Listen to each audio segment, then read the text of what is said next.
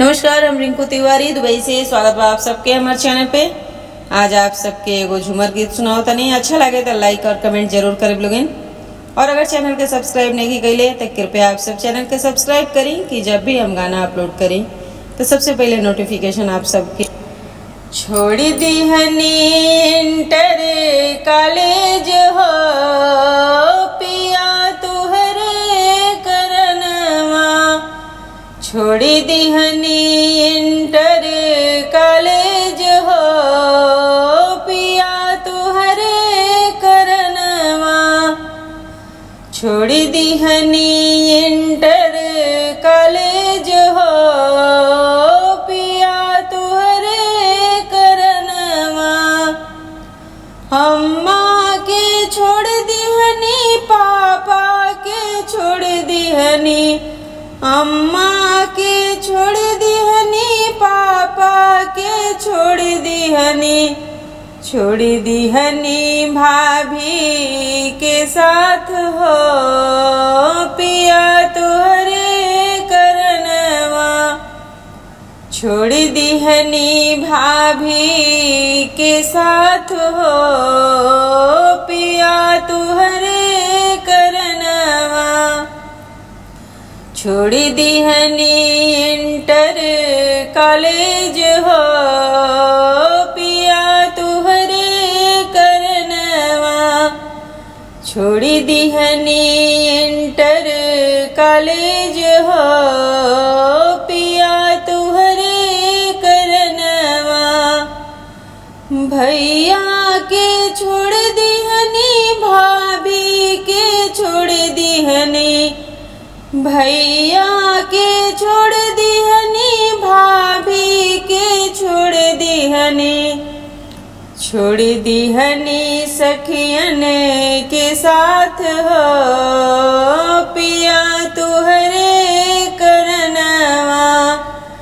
छोड़ दीहनी सखियन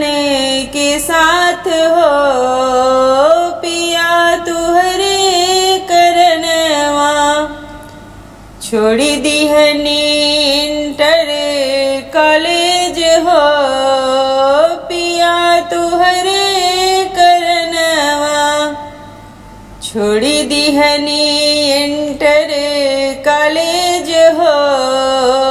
पिया तुहरे करनवा।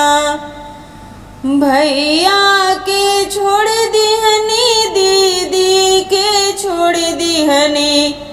भैया के छोड़ दीहनी, दीदी के छोड़ दीहनी, छोड़ दीहनी नैहर के प्यार हो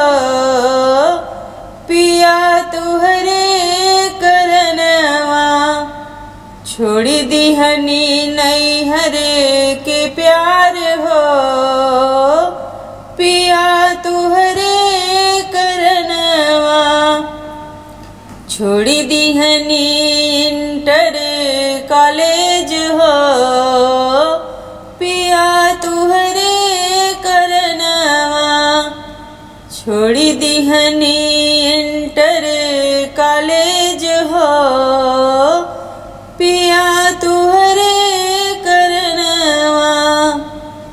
भाभी के छोड़ दीहनी, अम्मा के छोड़ दीहनी, दीदी के छोड़ दीहनी, भैया के छोड़ दीहनी, छोड़ दीहनी सब केहू के प्यार हो पिया तुहरे करनवा, छोड़ दीहनी सब केहू के प्यार हो पिया तुहरे करनवा, छोड़ दीहनी इंटर कॉलेज हो पिया तुहरे करनवा, छोड़ दीहनी इंटर